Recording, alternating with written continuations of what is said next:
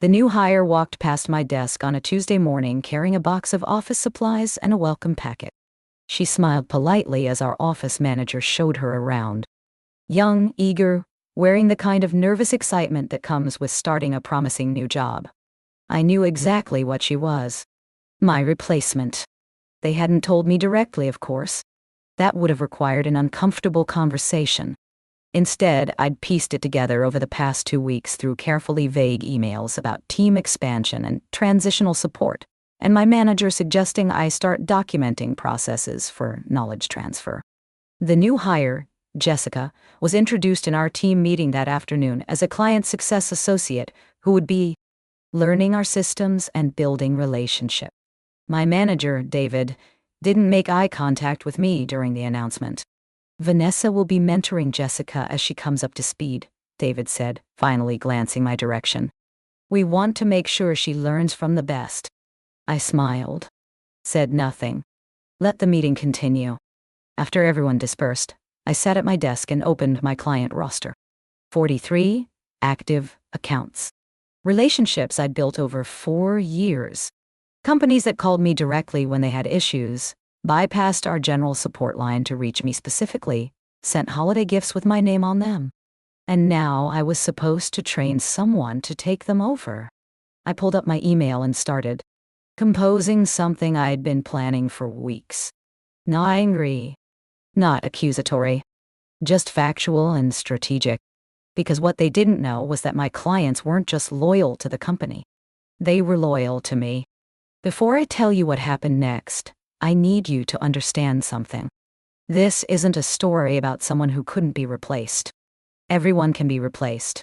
This is about what happens when you build relationships based on competence and trust, and someone tries to transfer those relationships like they're assets on a spreadsheet instead of human connections that were earned. If you've ever been slowly pushed out while training your own replacement, if you've watched someone else get prepared to take over work, you built. Stay with me. Because what my employer forgot was that clients don't stay because of company letterhead. They stay because of the person who makes them feel heard. My name is Vanessa Brooks, and I'd been the senior client success manager at Crestview Solutions for 4 years. We provided software implementation and support for mid-sized healthcare organizations. Complex systems, high-stakes clients, constant troubleshooting. The kind of work where relationships mattered more than scripted responses. When I started, the client retention rate was 68%. By my 3rd year, my portfolio had a retention rate of 94%. My clients didn't just renew contracts. They expanded them, referred colleagues, wrote testimonials without being asked. I was good at my job because I actually cared about solving problems rather than closing tickets. I returned calls within 2 hours. I learned the names of my clients, its staff. I remembered that Marcus at Henderson Medical always needed extra time on calls because he had to loop in his CFO, and that Sarah at Northpoint Health preferred written summaries because she processed information better in writing. The small details that made people feel valued rather than like account numbers. About 6 months ago, things had started shifting. David, who'd been promoted to director 8 months prior, began making comments about scaling our approach and systematizing client relationships. He wanted scripted responses, standardized follow-up schedules, and data-driven account management. I'd pushed back. Our clients have complex, unique needs. Scripting responses won't work when they're dealing with system failures during patient care. We need consistency across the team, he'd replied. Your approach works for you, but it's not replicable. Maybe because relationships aren't replicable. They're built individually. That's when I'd been labeled resistant to change. Over the following months, David had gradually excluded me from strategic planning meetings, stopped CCing me on important emails, assigned newer team members to shadow my calls without asking first. And then, 3 weeks ago, he'd suggested I start creating documentation for knowledge transfer in case you ever move to a different role. I wasn't moving to a different role. I was being moved out of my current one. So, I'd started preparing. Not by fighting or confronting, but by doing something more strategic. I'd been carefully strengthening my client relationships even further, in ways that would become apparent only after I was gone. And now, Jessica was here, sitting 3 desks away, reading through training materials David had prepared. That afternoon, David scheduled a meeting with me and Jessica together. Vanessa, I'd like you to walk Jessica through your client portfolio. Start with your top 10 accounts. Show her your communication cadence, how you handle escalations, that sort of thing. Of course, I said. Jessica, why don't we start with Henderson Medical? They're one of our largest accounts. I'll show you the relationship history. I pulled up the account file and began walking her through it. But I didn't share everything. I showed her the formal touchpoints, the scheduled check-ins, the contract details. What I didn't share were the informal relationships. The fact that Marcus called my cell phone directly when urgent issues arose because he trusted me to answer even after hours. The inside jokes we'd developed. The way I'd helped him navigate a political situation with his board by preparing talking points he could use to justify the software investment. The human elements that made me valuable couldn't be documented in a training session. Over the next week, I conducted similar sessions with Jessica for each major account. Professional, thorough, cooperative. David seemed pleased with how smoothly the transition was going. What he didn't see was the separate set of preparations I was making. I'd updated my LinkedIn profile carefully, not obviously job hunting, but highlighting my specific achievements. 94% retention rate. Client satisfaction scores averaging 9.7 out of 10. Revenue expansion of 38% across my portfolio. I'd also reached out to a few trusted clients, not to complain about work, but to check in on how things were going with their implementations. Casual conversations where I reinforced the relationships we'd built. I wanted to make sure everything's running smoothly before I get too deep into this new project I'm working on. I'd tell them. Not a lie. Exactly. Training my replacement was technically a project. 2 weeks after Jessica started, David called me into his office. Vanessa, I want to talk about your future here. Here it was. The conversation he'd been avoiding. I'm listening, I said. The company is moving in a new direction with client success. We need people who can scale systematically, follow established processes, work within defined parameters. Your approach has been very personal, very customized. That's worked, but it's not sustainable as we grow. So you're eliminating my position. We're restructuring your role. Jessica will be taking over your client portfolio. We'd like to offer you a different position, client success specialist, supporting the team. A demotion with a sanitized title, diet. And if I decline? I asked, though I knew the answer. Then we'd work out a separation agreement, 2-month severance, continuation of benefits, positive reference. I'd like 48 hours to consider the options. Of course, take the time you need. I walked out of his office, returned to my desk, and opened my personal email.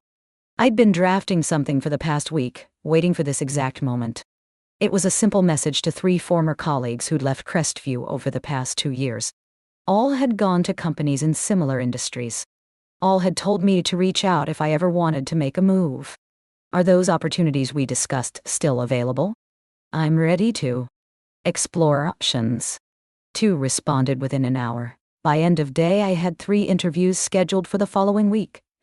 That evening, I sat down with my partner Morgan and told her everything. They're pushing you out after 4 years of excellent performance because you won't follow their scripts. Morgan was furious on my behalf. They're pushing me out because David needs to prove his new system works, and I represent the old way of doing things. Personal relationships don't scale neatly in his spreadsheets. What are you going to do? I'm going to interview at other companies. And I'm going to watch what happens when Jessica tries to manage my client accounts without the 4 years of relationship foundation I built. You think the clients will leave? I think the clients will ask questions. And how Crestview answers those questions will determine what happens next. The next day, I gave David my answer. I would decline both the repositioned role and the severance offer. Instead, I would resign with 4 weeks' notice, standard in our industry. That would give me time to help with the transition, maintain my professional reputation, and allow my client relationships to evolve naturally. David seemed surprised. 4 weeks isn't necessary. We can work out an exit date sooner. I'd prefer to leave things in good shape, I said. I owe that to the clients. He couldn't really argue with that without looking like he was rushing me out. Over the next 4 weeks, I did exactly what I said I would. I introduced Jessica properly to clients, sat in on calls, shared documentation. But I also did something else. I started letting clients know, casually and professionally, that I'd be leaving the company. I wanted you to hear it from me first, I'd say on calls. I'll be transitioning to a new opportunity next month. Jessica will be your main contact going forward. She's sharp, and she's been training extensively. The responses were immediate and telling. Marcus at Henderson Medical was quiet for a long moment. Vanessa, you've saved us countless hours and probably hundreds of thousands of dollars by actually understanding our workflows. I'm going to be honest. I'm concerned about this transition. I understand. Jessica knows the systems well. And if any issues arise during the transition, I'm always reachable. I gave him my personal email and phone number. Even after I'm gone, if you need guidance, reach out. I appreciate that. I'll likely take you up on it. Sarah at North Point Health was more direct. Are they pushing you out? I'm pursuing a new opportunity that's a better fit for my approach to client relationships. That's corporate. Speak for yes. Vanessa, our renewal is up in 3 months. I'm going to need to discuss this with our leadership team. You've been the main reason we've stayed with Crestview despite some significant implementation challenges. I can't promise we'll renew if you're not here. I appreciate you being direct. That's something I've always valued about working with you. Similar conversations happened across my portfolio. Some clients were disappointed but understanding. Others were explicitly concerned about the transition. A few indicated they'd be reevaluating their contracts. I documented all of it in my transition notes. Every client concern, every question, every indication that the relationships were personal rather than transferable. 2 weeks into my notice period, I accepted an offer from Meridian Systems, one of Crestview's competitors. Better title, 20% salary increase, and a role that explicitly valued relationship-based client success over scripted responses.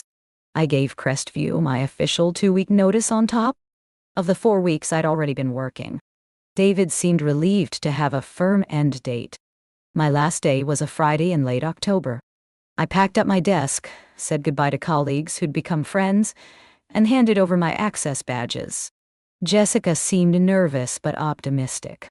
I genuinely hoped she'd do well, even though I suspected the job she'd signed up for was about to become much harder than she'd been led to believe. The following Monday, I started at Meridian. New office, new team, new systems to learn. I spent the week in orientation and training. On Thursday afternoon, my personal cell phone rang. Marcus, from Henderson Medical. Vanessa, I'm sorry to bother you at your new job, but we're having a critical issue and Jessica doesn't seem to understand the urgency. Our system went down during patient intake hours, and she's following some troubleshooting script that doesn't apply to our specific configuration. Can you help? Let me make a call, I said. Give me 20 minutes. I called a former colleague still at Crestview, explained the technical issue, and walked them through the solution that would work for Henderson's unique setup. Then I called Marcus back with the fix. You're a lifesaver, he said. I don't suppose there's any chance Meridian offers services similar to Crestview? Because we're going to be having some serious conversations about our contract renewal. We do, actually. But Marcus, I'm not calling to poach you as a client. I helped because you needed help, and I could provide it. If you want to evaluate Meridian when your contract is up, I'm happy to have that conversation. But that's months away. For now, focus on getting your system stable. I appreciate that. But I'm telling you, if several more calls with Jessica go the way this morning went, we're going to be making changes sooner than later. Over the next month, my personal phone rang 18 times. 18 different clients from my old portfolio facing issues they couldn't resolve through the new support process, reaching out to me directly because they knew I'd actually help rather than read from a script. I helped each of them, sometimes by calling former colleagues at Crestview with technical guidance, sometimes by spending my own time walking clients through solutions I knew would work. I didn't do it to sabotage Jessica or Crestview. I did it because these were people I'd worked with for years, and they deserved actual support. But each call was also a data point, evidence that the relationships hadn't transferred when I left. That clients were dissatisfied enough to track me down at my new company. 6 weeks after I left Crestview, David called me. My personal cell, after business hours. "Vanessa, I need to talk to you about something." "I'm listening." "We're experiencing some challenges with client retention in your former portfolio. Several clients have reached out to you directly rather than working with Jessica. I need to ask you to stop responding to those calls." "David, these are people calling me on my personal cell phone with urgent problems. I'm not soliciting them. They're reaching out because they're not getting the support they need. You're undermining Jessica's ability to build relationships with them. I'm helping people who are in difficult situations. If Jessica was providing the level of support they needed, they wouldn't be calling me. This is creating complications. Some of these clients are indicating they won't renew contracts because you're no longer with the company." There it was, the real problem. "That's not my responsibility anymore, David." I left detailed transition notes. I spent 4 weeks training Jessica.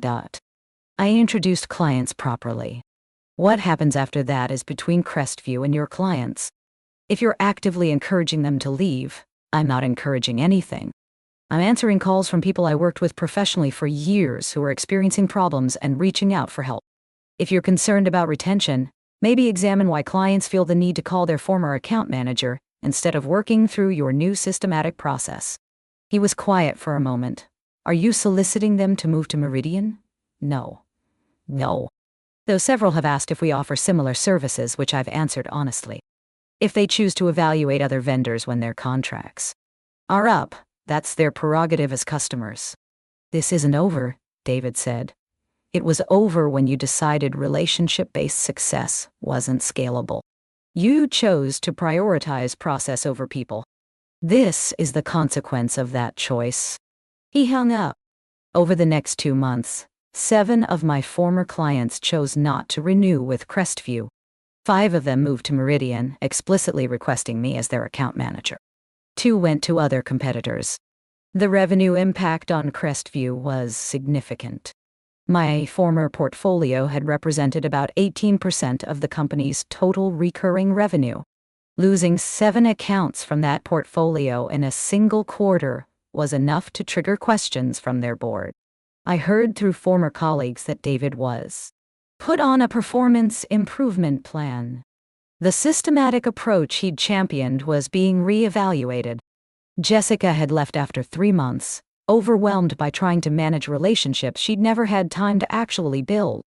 Meanwhile, at Meridian, I was rebuilding. The 5 clients who'd moved with me were happy with the transition. The relationships we developed at Crestview translated seamlessly because they were based on trust and competence, not company affiliation. My new manager at Meridian, Patricia, had a different philosophy. "I hired you specifically because you build loyalty. Teach that to your team. Systematize the parts that make sense, but never lose the human element." 6 months after I left Crestview, I was promoted to Director of Client Success at Meridian. My portfolio had grown to 23 accounts, including the 5 former Crestview clients who'd followed me.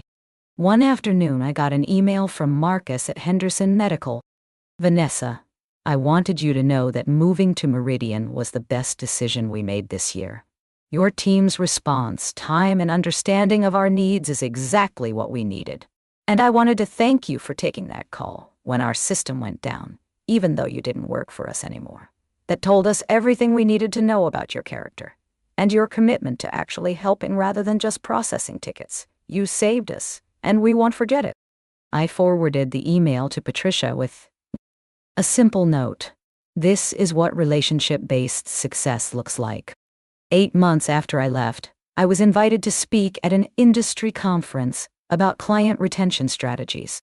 Standing at that podium looking at a room full of client success professionals and company leaders, I told a version of my story. Not to disparage Crestview, though I didn't hide what had happened, but to illustrate what happens when you prioritize processes over people, when you treat relationships like transferable assets rather than earned trust. The moment you believe clients are loyal to your company rather than to the people who serve them, I said, you've already lost. Companies don't solve problems. People do. Systems don't build trust. Consistency and competence do. And when you forget that, your best clients will remind you by finding someone who remembers. After my presentation, a line of people waiting to talk to me included 3 executives from Crestview, not David.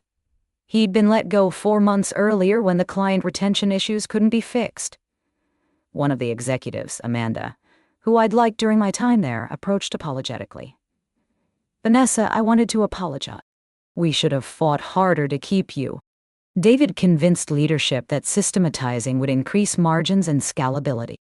We didn't realize until you left how much of our success was actually dependent on the relationships you'd built. I appreciate that. But the lesson isn't that you should have kept me. Specifically, it's that you should value the approach I represented. You can hire other people who build relationships the same way. You just have to be willing to prioritize that over standardization. We're trying to rebuild now. Would you ever consider coming back in a leadership role? I smiled. I'm happy where I am. But I appreciate the offer. A year after I left Crestview, my former portfolio at that company had completely turned over. None of the 43 accounts I'd managed remained with them. Some had moved to Meridian. Others had gone to different competitors. But all had left because the relationship they'd valued was gone, and Crestview hadn't understood that the relationship was the product. Software. If you've stayed with me through this entire story, thank you. I know this isn't a story of dramatic confrontation or explosive revenge. It's something more subtle and more powerful. The truth is, they tried to replace me while I was still there, assuming that my work could be transferred like data on a hard drive. They forgot that people don't stay loyal to companies. They stay loyal to the person who actually listens, who solves their problems, who makes them feel valued. If you've ever been pushed out in favor of someone cheaper or more compliant, if you've watched a company choose systems over relationships, I want you to know something. Your value isn't in how easily you can be replaced. It's in the connections you build that can't be duplicated by following a script. And if this story resonated with you, please like and subscribe. Share your experiences in the comments, especially if you've seen what happens when companies forget that relationships matter. Your stories remind others that competence and authenticity create value that spreadsheets can't capture. Remember, sometimes the most powerful statement you can make is simply letting your work speak for itself. Not by sabotaging those who replace you, but by building relationships so strong that people seek you out wherever you go.